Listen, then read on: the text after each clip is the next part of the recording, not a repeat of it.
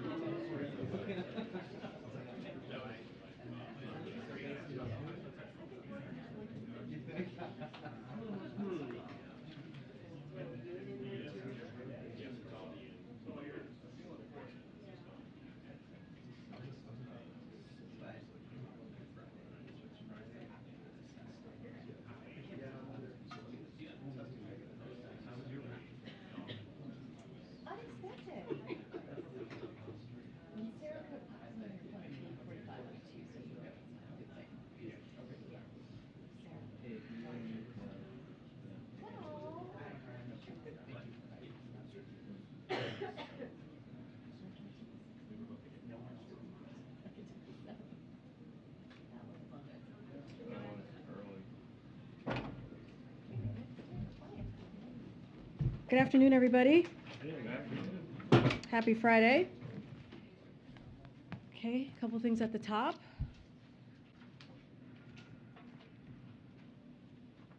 So yesterday, the American College of Obstetricians and Gynecologists, a non-profit organization representing more than 60,000 physicians, sounded the alarm about a nationwide abortion ban proposed by Republican officials that would put doctors in jail for providing women with essential health care.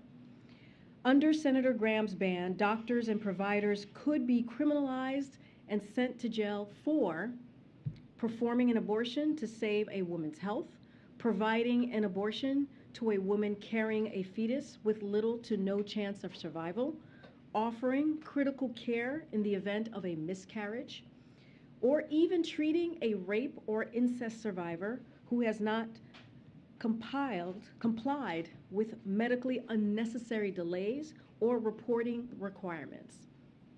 The ACOG found that bills like Senator Graham's have no basis in science, that doctors would become less skilled if such a ban was in effect, and would interfere with patients' ability to get timely and critical medical care. Now, separately, Jen Klein, the director of White House Gender Policy, released a memo discussing how, if passed and enacted, this bill would create a nationwide health crisis, threatening the health and lives of women in all 50 states. I've said it before and I'll keep saying it again. This extreme national ban and plan to criminalize doctors is wildly out of step with American people, and President Biden and Vice President Harris will continue to do everything in their power to protect women's reproductive rights and expand access to health care. Today, the White House hosted a Recovery Month summit and announced over $1.5 billion in funding to beat the opioid crisis and support people in recovery across the United States. This funding go to life-saving programs and policies like expanding access to the medication-assisted treatment for opioid use disorder, to distribute naloxone to prevent overdoses, and programs to prevent substance use in our communities. President Biden recognizes the devastating impact the overdose epidemic has had on our nation, reaching large cities, small towns, tribal lands, and every community in between. That's why in his first State of the Union, he made beating the opioid crisis a key pillar of his unity agenda.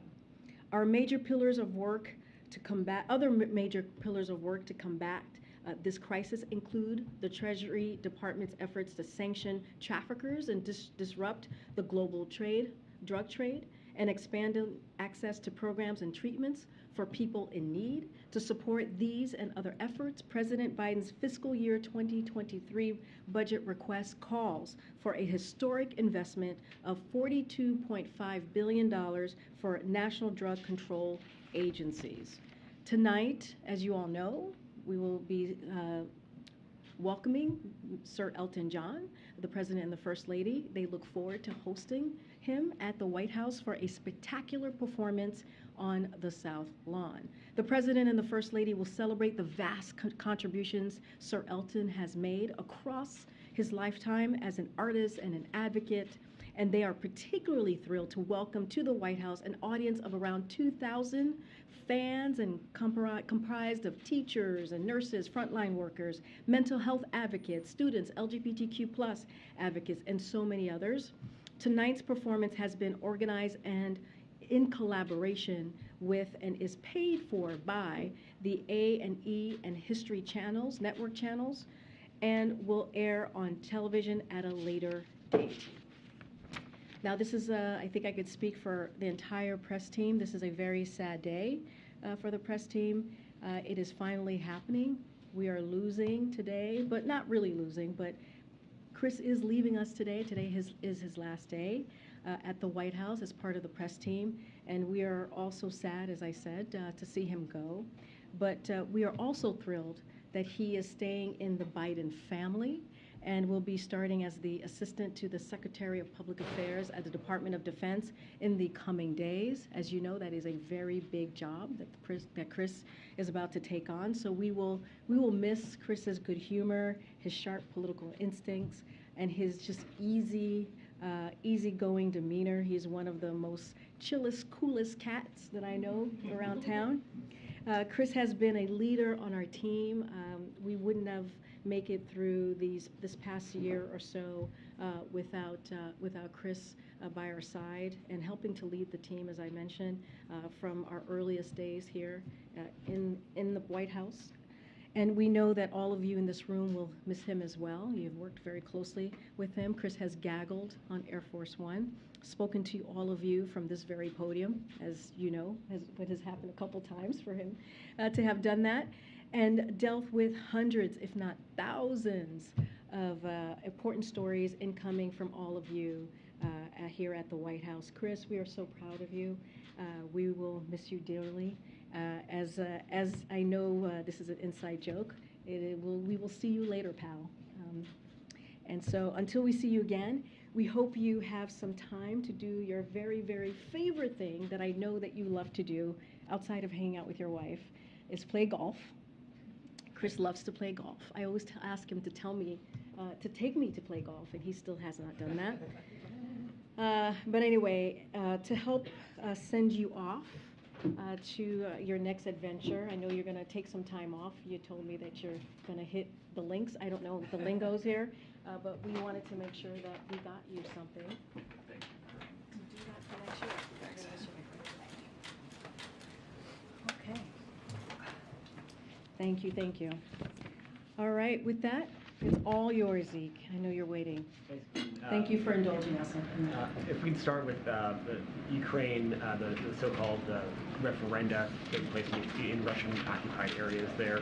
Is the administration considering any additional costs to be imposed on Russia or those who are involved in organizing those referenda, new sanctions or other sorts of responses? So a couple of things I do want to lean into as the votes are happening today, clearly over the next 5 days. We are prepared to impose additional swift and severe economic costs on Russia along with our allies and partners in response to these actions if they move forward with annexation. As we said in today's G7 leader statement, the United States will never recognize this territory or as anything other than part of Ukraine because it belongs to the people of Ukraine. We stand with our partners around the world in rejecting whatever fabricated outcomes Russia announces. As the president spoke about at the UN, as you heard from him very clearly, very boldly, these referendums are a flagrant violations of international law and an affront to the principles of sovereignty and territorial integrity that underpin the international system and are the foundation of the United Nations Charter. We will continue to stand firmly with the people of Ukraine and continue to provide them with historic amounts of security assistance to help them defend their territory, to help them defend their freedom.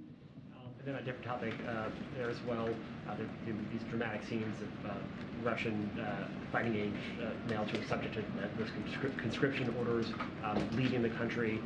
Would the president support providing political asylum to Russians who are fleeing their country to avoid serving in their armed forces? So I don't have anything to preview for you as it relates to your question, Zeke, about what we would offer. But you know, we'll say this: what we're seeing in Russia, especially with the protests, and what we're seeing with Russians leaving their country, is that this is an unpopular war. We have to remember this is an unpopular war that was started by the Kremlin, a brutal war that was started by the Kremlin, an unprovoked war against Ukraine. That is why you have heard from this president. He's been very clear, especially during his UN, most recently during his UN address, that we will continue with our allies and partners to offer the assistance that Ukraine needs to fight against the aggression of Russia. So again, what you're seeing is not what Russia is doing, what Putin is doing. He's not coming from a place of strength. He is coming from a place of weakness. And now the Russian people are being very loud and clear. This is, again, an unpopular war. And just domestically, it's been several days now. The power is still out in parts of Puerto Rico. Does the president plan to visit? Could you update us on does he plan to go there? And then separately, there's another storm that appears to be bearing down for parts of Florida next week. Will that affect the president's travel plans for Tuesday? So your last question first. We are monitoring the forecasts in close coordination with the National Hurricane Center and also with FEMA. As always, FEMA has supplies and staged at various distribution centers across the country to deploy as needed. So this is the case here as well. As you remember, the president was also briefed at the start of the hurricane season. Some of your colleagues were there on preparedness effort and how we were going to move forward in this hurricane season. And we'll continue to maintain a forward-leaning posture throughout the remainder of this hurricane season. As far as the president's travel plans, I don't have any changes to read out at this time. As well. So just a little bit. So yesterday, as you know, the president joined the New York Governor Kathy Hochul and New York Mayor Eric Adams to receive a briefing from FEMA Administrator Criswell and Puerto Rico Governor as well. As you all know, FEMA Administrator Criswell was on the ground earlier this week to assess emergency recovery and response efforts. Yesterday, the president announced the federal government is covering 100% of the cost of debris removal, emergency protective measures for the next month in this recovery. The president also increased critical needs assistance from $500 to $700 to support individuals and families with immediate or critical needs as a result of being displaced from primary dwelling. As of today, there are more than 900 federal response workers on the ground in Puerto Rico supporting operations, planning, power restorations, debris removals, and urban search and rescue. And so we will continue to monitor what's on the ground and continue to help Puerto Rico, our brothers and sisters in Puerto Rico as best as we can. Okay. Thanks. First, to follow up on the referendum in Ukraine, if Russia does annex these parts of Ukraine, could it put the U.S. in a more dangerous situation, especially if Ukraine uses American weapons in those areas? So just to be very, very clear here, I spoke about this just now. We have sent a loud message, and our allies as well, about this illegitimate vote that we're seeing today across the next several days. We will never recognize this. If they go forward with the annexation, we will never recognize that. That's not just coming from us. That is also coming from G7 leaders. I mentioned they put out a statement, and so we will continue to speak very forcefully about that. We will continue to be very clear. We know that these referenda will be manipulated. We have information that shows Russian officials setting targets for voter turnouts and approval rates for the referendums. For example, in some regions, they have reportedly already set the required figures for voter turnout and support for accession into Russia at over 75%. So Russia is rushing to conduct these sham, again, referenda, but these are not acts of confidence or strength. They are complete opposite. We will continue to speak loudly. Again, I don't want to get into hypotheticals. I'm about to answer your question. I'm not getting into hypotheticals, but we are making sure that we are loud and clear with our G7 leaders. I understand that how the United States is not going to view the outcome of, like you said, a sham election, but if Russia views the outcome as now annexing more Russian territory, and is there a risk of escalation? Their foreign minister said today they strongly urge the U.S. to avoid a situation capable of leading to direct military clash with Russia. So if they start saying that now American weapons are being fired into what they are considering Russian territory, does that risk escalation? So what we've said this before, and we'll say it again, we do not seek conflict with Russia. Of course, we are attentive to managing escalation in this conflict, as always, as we have been for the past 6 months or more of this war, and so throughout this year. But to reiterate, there is only one country that is responsible for this war, and that is Russia. They are the ones who are causing this brutal war. They start this conflict and could end this at any time. Yeah, okay. Thanks, Karine. What is the White House's take and the President's take on World Bank President Malpass's comments on climate change? And does the President still have confidence in Mr. Malpass? So I'll take your, I guess I'll take both your questions first. So we disagree with the comments made by President Malpass. We expect the World Bank to be a global leader of climate ambition and mobilization as well, of significantly more climate finance for developing countries, as is the business of the World Bank. The Treasury Department, which oversees our engagement with international financial institutions, has and will continue to make that expectation clear to the World Bank leadership. And with regard to the confidence that the President has or does not have? Again, we disagree with the comments of the President. I'll leave it there. I have one other question on today's news. The markets are falling, the stock markets are falling. The dollar is strengthened significantly, the pound has dropped. What is the White House's take on that and the broader implications for the U.S. economy? So the stock market, as you've heard us say many times, is just one measure of the economy that shows how the economy is doing. And so we are always watching these different indicators closely, including the stock market. It's also important to look at what's happening on Main Street. This is something that we think is important, as you've heard us talk about, to also look at. We have one of the strongest job markets on record with 3.7 unemployment rate, and we've created 10 million new jobs in the president's 19 months in office. More people are looking for work, and we think those indicators are important as well. So because of the economic plan, the businesses are investing in America at record rates, and we are making more in America. And that is important to note as well. We always know, there's always more work to do, but the president, with his economic plan, whether it's the American Rescue Plan that got the economy started, which we see this historic economy, or the bipartisan infrastructure law, which is going to create millions of jobs and fix our infrastructure, fix our supply chain, or it's the Inflation Reduction Act. All of these are pieces of the president's economic plan that we're going to continue to work through. and is going to make sure we don't leave anybody behind. But again, this is one of the strongest job markets that we have seen on record. And so what we are seeing, and I've said this before, you've heard this from Brian Deese, is a transition to a more steady and stable growth, and that's what we're currently seeing and in the process of moving the economy into.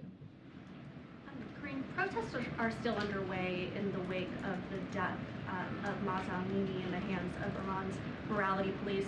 I know the Treasury Department yesterday issued those sanctions. Are there other tools the U.S. feels they have at their disposal to try to respond to this? And I was also hoping you could possibly speak to the President's personal response to it as well. So Mahsa Amini's death after injuries, as you all know, sustained while in police custody for wearing an improper hijab is an appalling and egregious affront to human rights. Our thoughts are with Mahsa's family and loved ones. And as President Biden clearly stated at UNGA, he spoke to this, we need, and this is quote, we stand with brave citizens and brave women of Iran who right now are demonstrating to secure their basic rights, end quote. Women in Iran should have the right to wear what they want, free from violence or harassment. Iran must end its use of violence against women for exercising their fundamental freedoms. There must be accountability for Mahsa's death. Again, you mentioned the sanctions that was announced by the Department of Treasury just yesterday, and Treasury also designated 7 senior Iranian security officials as well, including Iran's Minister of Intelligence, for their roles in the suppression and killing of peaceful protesters since 2019. And so we will continue to use all available tools at our disposal to make sure that we pursue accountability. And on this storm that's approaching Florida, I know that FEMA Administrator Deanne Criswell today spoke with Governor DeSantis. Does President Biden himself plan on speaking with the governor? I don't have any calls to preview at this time. Are you declining to say whether or not the president has confidence in David Malpass? I just stated very clearly where we stand on that. Has the president or any of his advisors spoken with anyone else? I don't have a call to preview at this time. Thanks. Another one on Iran. Is the situation forced the administration to reevaluate its pursuit of a nuclear agreement? So we have been very clear that our number one goal is to make sure that, look, I'll start here. We have concerns. We do. We have concerns with Iran, but the JCPOA is the best way for us to address the nuclear problem. And we have been very clear that our goal is to make sure that Iran never obtains a nuclear weapon. So as long as we believe pursuing JCPOA talks is in the U.S. national security interest, we will do so. We will continue to use other tools to address other problems with Iran's behavior, but we believe this is the best path forward to make sure that we have these negotiations. UK Prime Minister Liz Truss is pursuing an economic program including tax cuts for the wealthy that's causing some economic headwinds in that country. And is the U.S. concerned about broader economic fallout from that plan, and are you monitoring what Prime Minister Truss is trying to push through there? So I can't speak to the plan. I have not read it. I would need to speak to our team. I'm not going to really, at this time, speak to another country's plan on what they plan or not plan to do on their taxing the wealthy. So I'm just not going to respond to it at this time. Go ahead, Steve. Thanks. A number of outlets matched the Washington Post report this morning that, in addition to the public warnings to Moscow, there have been private communications. What more can you tell us about the communications to Russia warning against the use of nuclear weapons? So I'm not going to speak to any private or discussions at this time. We've been very clear. The president was loud and clear during his UNGA address about what we're seeing. We will not, the votes that we're seeing, this sham referendum is illegitimate. We've been very clear. I'm not, again, going to comment on private communications. Again, you've heard the president. He not only said it at UNGA, he said it during his 60 Minutes interview in his New York Times op-ed on Ukraine a few months ago. And so we've been very clear. And we have warned. We have actually warned about the sham referendum for many, many months. And so now we see the playbook of Putin, what he's doing right now. He is not moving forward with any strength here. This is weakness that we're seeing from him. He is losing ground in the battlefield, and this is a playbook of his that is not surprising. But we have been very clear about what if he moves forward with annexation, we will not recognize it, and we will continue to condemn those actions. Can you share a little bit about what the U.S. assessment is of how serious Vladimir Putin is about his threat to use nuclear weapons? He has threatened it before, but of course it was at the beginning of the war, and the dynamics are very different now. So if you could just share a little bit about what your thinking is of how serious that threat is. So we obviously take these threats very seriously, but we have not seen any reason to adjust our own nuclear posture at this time. Look, the consequences of a nuclear use by Russia, the president was very clear about this, especially during his 60-minute interview, would be disastrous for the world. And Russia would be a pariah on the world stage. But again, we are not seeing any reason to adjust our own posture, but we take this threat very seriously. Move around. Okay, Peter. On the Iranian president who was here in the U.S. just recently, why did the Biden administration grant a visa waiver for President Raisi to come to the United States, given the crackdown that we're witnessing take place in his own country? Because he attended the UN. You mean the UNGA? He was here as part of the United Nations. No, I know. I'm just talking. You're talking about UNGA specifically.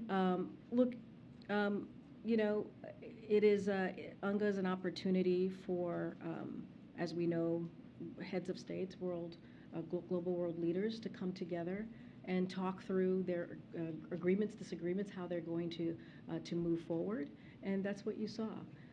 And everyone had an opportunity, as you know, to speak to the hall, but also to speak to the global. It was a global stage, and we believe everyone has that right to do that as it is part of the UN Charter. I'm not going to speak any specifically on his visa. For clarity, though, there was no engagement between the United States and Iran while he was here. While it comes with the ability to do that, we did not take up that opportunity to engage with him directly. Correct? I don't have anything to share on that front. We have been very clear and forthcoming on who he engaged with, who the president engaged with while he was in New York this past week. To this effect a little bit earlier, but we've heard from the State Department that the U.S. is doing what it can to expand internet access for those Iranians right now to still have access to the outside world. Is there anything beyond that the United States is doing presently to help those protesters and others in that country? So I don't have any more to share on what else we've been doing, but happy to clearly update folks if we have more on that piece. Okay. That's great. Do we have any updates on the process to get a permanent U.S. ambassador in Moscow?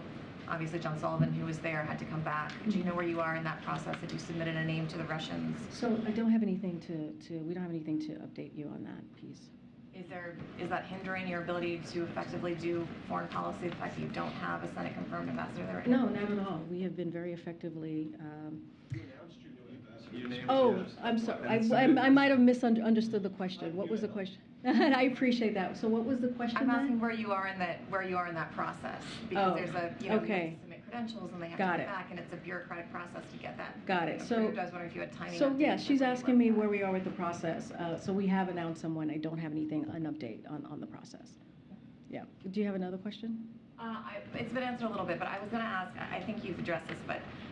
So you're taking the timing of these referendums in Ukraine being held by Russia as a sign of insecurity, not confidence, right? You're saying that this is not Putin thinking he can permanently hold these areas, and that's why he's having these referendums. You're interpreting it as this timing as the opposite. He's feeling insecure, and that's why they're holding them now. Yeah, we've been very clear on that, and we've actually have been saying for months that this is an action that Putin would take. This is part of his playbook. Doing these sham referendums, these illegitimate voting process. So we have been very clear on that he would take this action. But again, we saw the G7 statement earlier today. You heard from the president at UNGA. He's been very clear as well. These are sham referendums. We will not recognize any, if they move forward in this fashion, we would not recognize any annexation of Ukraine. Ukraine belongs to the people of Ukraine, plain and simple. So the Federal Reserve is saying that the economy will significantly slow down to growing just 0.2% for the entirety of this year and then 1.2% for next year. Is this the stable growth the president is moving us towards? You're talking about what he said yesterday? Yeah, it was the projections the Federal Reserve came out. They projected the economy would grow at just 0.2% this year and 1.2% next year, which is pretty slow growth. And I'm just curious, is this the stable growth that you're talking about? So, I mean, I talked about this a little bit already, how we're coming off of last year's historic economic growth. A lot of that is because of the work of this president and Democrats in Congress passing the American Rescue Plan, which puts us in a position where we saw the most stable growth, strongest growth that we have seen in modern history. So it's no surprise that the economy at this point is going to slow down, is going to cool off just a bit, as the Federal Reserve takes action to bring down inflation. So the Fed's projection, as you mentioned, of growth over this calendar year implies growth between 1% and 2% in the next 2 quarters. So our goal is to bring down inflation. That's what we have been doing for the past several months, making sure that we're doing everything that we can to give the American public a little bit more breathing room without sacrificing all of the historic gains that we made this past year and life-changing economics gains this country has made over the last 19 months, this past year and a half. So given the encouraging initial signs that we have seen on inflation and the continued strength of growth in the job market, so we believe in the transition remains possible. We believe that we will get to a strong and stable growth. We believe that we will see that cooling that you hear economists talking about. On inflation, one more if I could. Americans are making tough choices related to inflation, and last week they saw the president do the celebration during the Inflation Reduction Act when core inflation rose for the first time in 5 months on that day. This week there's another celebration 48 hours after the Fed chairman said there'd be more economic pain. Is that optics of those two celebrations insensitive to what Americans are going through? So the president has always, when he talks about the economy, has made clear to understand what the American families are going through, what the American people are going through. He understands that the economy and inflation in particular, high cost, is giving some pain, to your point, to Americans. That is why we passed. That is why Democrats in Congress passed Inflation Reduction Act. By the way, no Republicans supported that.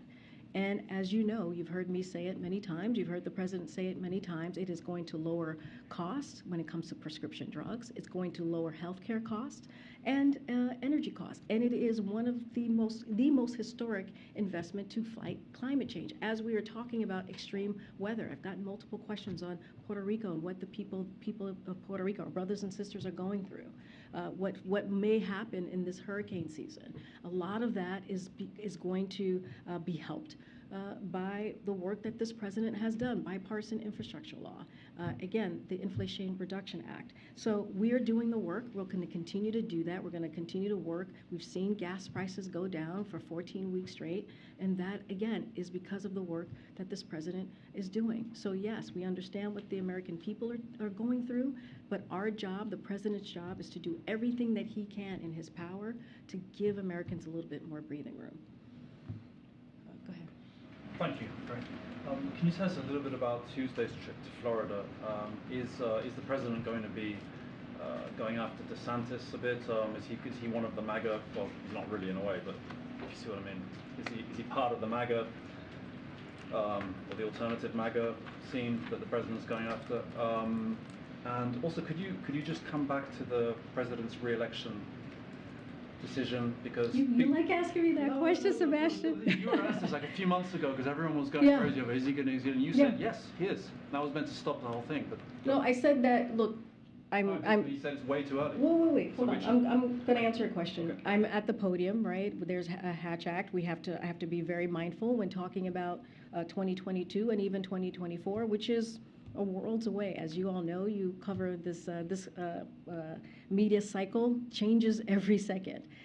So look, the president was clear even during that 60-minute interview, and I've been clear, he's been clear multiple times, that he intends to run. He said that. He said that in that same interview, that he intends to run. I have to be careful as I'm standing in front of you. Don't want to get more into that. But the president's goal right now, as we look at today, as we look at the next coming days, is to make sure that we continue to deliver for the American people. That is why we talk about the Inflation Reduction Act. That is why we talk about CHIPS Act. That is why we talk about bipartisan infrastructure legislation. And not just him. You hear it from the vice president. You hear it from his cabinet secretaries. It is so important to make sure that the American public understands what we have done here these past 19 months, and that's going to be our focus. As it relates to Florida and Governor DeSantis, look, I don't have anything to preview at this time of what the trip will look like. We will share more as we get closer to the day. Look, we have talked about this as well. You know, when it comes to extremism, when it comes to behaviors that is inhumane and cruel, that is what we're seeing from Governor DeSantis. That is what we're seeing in specifically to how he is using people who are leaving communism, people who are trying to get away from political persecution, talking about Venezuela, Nicaragua, Cuba. They are fleeing those countries, and he is using families, children, and women as a political ploy, as a political stunt. We will continue to call that out, but as far as what that day will look like, we'll share more as we get closer. Okay, Karen. Thanks, Karine. Back to Puerto Rico. When the president said yesterday that the federal government would cover the 100% of the cost for the next month of the efforts down there, do you have an estimate of what that cost is going to be? No, that's a good question. We don't have an estimate at this time, but the president is committed. As you know, you heard him from speaking from New York yesterday. He is committed to doing everything that he can for Puerto Rico. He has spoken to the governor several times. Our team has been in touch with the governor and local officials throughout this time, and so he's committed to doing everything that he can, and this is how he sees his role. He's done this multiple times when we've seen this extreme type of weather, these disasters hit communities, and as president, he's going to continue to be a loud voice in that and use the resources of the federal government to make sure that we help the people of Puerto Rico at this time. On Iran and the internet, has the administration heard from any American tech companies that will move forward with offering internet services in Iran, and is there any way to estimate how much of an impact that will actually have on the Iranian people? So let me go back and just say, look, we are aware of what the Iranian authorities are doing in blocking Instagram and also WhatsApp, as well as slowing down or stopping access to the internet in general, as you all are asking. If accurate, this is shameful, but also not unsurprising. Step in the wrong direction by Iran's government to prevent the world from watching the Iran government crack down on peaceful protesters. That is what is happening here. We continue to work with private sector and Department of Treasury to identify additional measures that we will support and facilitate the free flow of information to the Iranian people. As I just mentioned earlier, the Department of Treasury took action just yesterday, and we will use what is available to us to make sure that there is accountability. I'm going to go back a little bit because I haven't been. Go ahead. And then I'll come back up. Thank you. Two quick ones. First of all, on this weather, have we been in contact? Has the U.S. been in contact at all with our Canadian neighbors about the what I believe will technically not be a hurricane, but the major storm that's supposed to hit the Atlantic provinces, Canadian Maritimes, in the coming hours? Clearly, that's something that we are monitoring from here. We would have to check in with our friends at NSC, our colleagues, to see if we've been in close touch with Canadian officials. But that is something that FEMA is continuously monitoring as well. And when we have any updates on that, we're happy to share. And then the second thing is we're we're a week away from the end of the government's fiscal year, and is there any reason why anyone should be concerned that there might be a lapse in funding, or is the President and the White House confident that whatever is going back and forth with Senator Manchin's permitting bill and the rest of the CR negotiations, that will all be worked out by next Friday? So we have, we believe, and I've said this before, there's still time for lawmakers on the Hill to enact a short-term funding bill by the Friday deadline. We remain confident that Congress will get this done, so we can continue to deliver vital services, to your point of your question, to the American people. So we encourage for that to happen. We have continued, I've mentioned this before, to stay in close touch with Congress in a bipartisan way. But we believe we have been here before. We were here just last year during this time, and we think that there's still time to get something done, and we'll call on them to act. Great. I just want to follow up again on the World Bank president. You said that you disagree with the comments that he's made, but in terms of having confidence in him or supporting him, there are reports suggesting that some in the administration have tried to oust him. So, given that context, does the White House still support him or have confidence? So removing him requires a majority of shareholders. So that's something to keep in mind. The U.S. believes the World Bank must be a full partner in delivering on the aggressive global climate agenda, poverty reduction, and sustainability development. Again, Treasury will hold Malpass accountable to this position and support the many staff working to fight climate change at the World Bank. But again, removal will require a majority of stakeholders here. So it is a partnership. That is how we see this. Okay, Peter. Thanks, Karine. Following up on your topper, does President Biden favor any limits on abortion? We've been very, very clear here. Since you're talking about my topper, I was talking specifically about Senator Lindsey Graham. And your position on his plan is clear. 15 weeks is unacceptable. I was speaking directly to what Republicans are trying to do. So they are calling for a national ban, which takes us backwards. Which will weeks, right? It's a national ban which will take us backwards and will put at risk the health of women. And here's the thing about this, Peter, it's not just national ban on abortion. We're talking about privacy, we're talking about contraception, we're talking about marriage. That is what extreme Republican officials are trying to do. That's what we're speaking to. I'm not going to get into specifics here. I'm just going to lay out what they have said that they're going to do. Why not get into specifics? The Republicans are saying we don't want abortion after 15 weeks. Why can't you say how many weeks a president thinks the limit should be? Kevin McCarthy put out the GOP agenda. I'm not asking about Kevin McCarthy. I'm asking about Joe Biden and his position on abortion. How many weeks? Peter, I'm answering your question. What Republicans are trying to do is take us backwards. They're trying to take away the rights and freedoms of Americans. That's what we're calling out, and that's what we're going to continue to call out. House Republicans oppose a pharmacy bill that would deny women essential medications. As of September, 166 House Republicans have signed onto a heartbeat bill that would decide abortion at the federal level, even though 28 of those members have since said decisions on abortion should be left to the state. And this week, a Michigan GOP official said he wants to ban contraception. So we should really listen to what Republicans are trying to tell us. And that's what we are speaking out against, and that's what we're going to talk about the national ban that Republicans are continuing to push when majority of Americans do not want that. We are all covering the Republican plan. I'm just, why can't you say how many weeks for Biden? No, go ahead. I answered your question. Go ahead, Courtney. I did. Why can't you say, go ahead, Courtney. I wanted to ask you, the president announced that he was elevating Jennifer Klein to a more senior role. What does that do for her resources, for her portfolio? What's the purpose of doing that, especially when you're dealing with so many gender issues that you've been talking about? So Jen Klein, who, as you know, is a colleague of mine, and I've worked I've worked closely with her as well as our team here, has been leading on the Gender Policy Council since the beginning, since day one, and she has had all the resources available to her.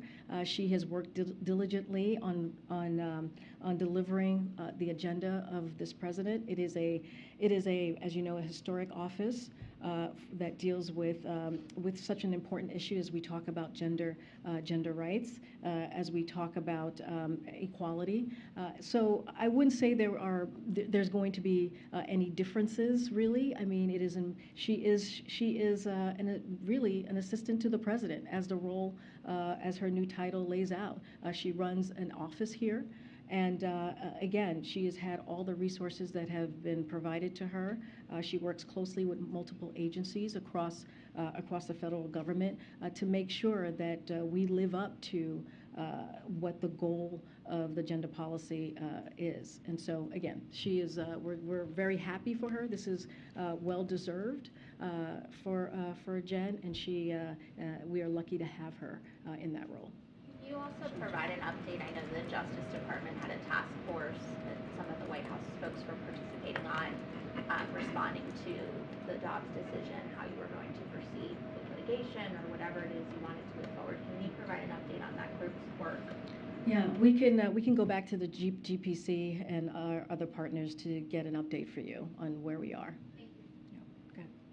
Just another follow-up on the World Bank. If a majority of the stakeholders wanted to oust President Malpass, would the United States support that? I'm not going to get into hypotheticals. I've said already that we condemn the words of the president. But again, was just laying out what the process would be, but I'm not going to get ahead of what that process is potentially going to look like. If there is a majority, again, this is a partnership. This is not something that we will just do on our own. And then in New York this week, did any of the president's discussions with other world leaders touch on the proposed oil price cap for Russia? And can you give us any updates on what was discussed? Yeah, that's a good question. We don't have anything to read out for you on that particular issue. It is something that the president has led on. As you know, it came up when he was in Europe very recently, and it is an issue that we feel that is important in dealing with really giving another kind of blow to Russia. But I don't have anything to read out for you at this time on any further conversations and where we are in that space. There's videos out there of a drunken man in Russia brawling and resisting going to the front. Do you, in light of this conscription order, so do you assess that Putin is going to have trouble producing 300,000 members of the armed forces, or do you think he's going for far more than that? And is he capable of doing it? Look, I can't speak to what he's capable of doing or not doing, but I can speak to what these acts, these announcements and his speech laying out what he wants to do, right? Whether it's a 300,000 more personnel. Look, again, this is not an act of strength. This is not coming from a place of confidence. It's really quite the opposite. What we're seeing from Putin is weakness. He's been losing on the battlefield. He has not made any gain, as we have known this past couple of weeks. They have not been able to achieve any of their goals. And they are losing their positions, again, on the battlefield. So what we are seeing is Russia that is scraping for personnel to throw into this fight. And we are seeing thousands of Russians protest against this mobilization, against this brutal war and unjust war that Russian forces are carrying out in Ukraine, and on President Putin's whim, on his orders. So again, this is not a strength or confidence here that we're seeing. This is coming from a place of weakness. It is up to Putin to see what he's capable of doing. But we are seeing from the protests, right? We're seeing very clearly that people are protesting in the street because this war is incredibly unpopular. This war, again, that Putin has started, that Putin put onto the people of Ukraine. There's a report out of the UN today about potential or alleged war crimes in Russia, including sex crimes of very young and very old Ukrainian people. In light of what the president has said, calling Putin a war criminal in the past, what is he doing now? So we are engaging the Ukrainians to learn more about what's happening on the ground. We have been clear that war crimes Russian forces have committed need to be investigated and that Russia needs to be held accountable.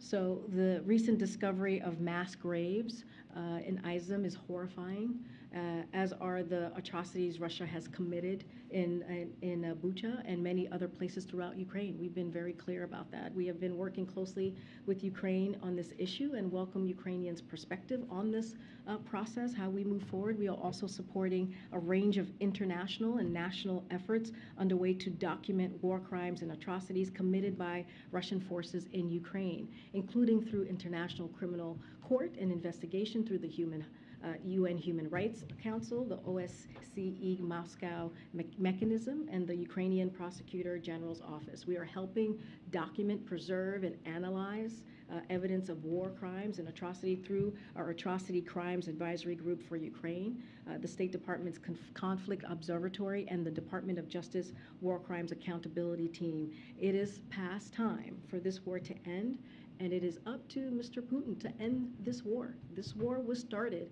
by the Kremlin. He can end this war today if he chooses to. He can end the brutality that we're seeing in Ukraine if he chooses to. And it is up to him. He can end this today. Gosh, I'm trying to see who I have not called on. Oh, go ahead. Thank you, Karine. 2 Americans who were captured while fighting Russia and Ukraine were released this week. They arrived back on U.S. soil today. What involvement did the U.S. have in that prisoner exchange? Is there anything else that you can tell us about that? And has the president spoken yet to either the men or their families? So I don't have anything to read out on any conversation that the president has had specifically with these two Americans. The United States welcomes the negotiated prisoner exchange between Ukraine and Russia, which includes the 2 U.S. citizens, as you just mentioned, captured while serving in Ukrainians' military. We are appreciative of Ukraine including all prisoners of war, regardless of nationality, in its negotiations, and we look forward to these U.S. citizens being reunited with their families. We also thank the Crown Prince and the government of Saudi Arabia and the Turkish government for facilitating the exchange of prisoners between Ukraine and Russia. We once again reiterate the State Department's travel advisory warning U.S. citizens not to travel to Ukraine, and that those who do participate in fighting in the fighting, they face a significant risk, and the United States cannot guarantee their safety. We've been very clear about this from the very early days of this war. We continue to encourage Americans to devote their energies toward the many other opportunities that exist to help the country of Ukraine and also the people of Ukraine. On another topic, really quick, the president over the summer was considering declaring a public health emergency over abortion rights. He was also at one point thinking about taking executive action when it comes to Dreamers, and he was also considering declaring a national emergency over climate. Can you provide us with a status update on potential executive actions relating to those items? We don't have any updates on those particular items, and when we do, we will be happy to share them. Karine, what's the President Biden message to the people of Venezuela, Cuba, and Nicaragua that are now on their way to the U.S. border or thinking of coming to the U.S. border? Yeah, and we have said this before. Secretary Mayorkas has been very clear on this as well.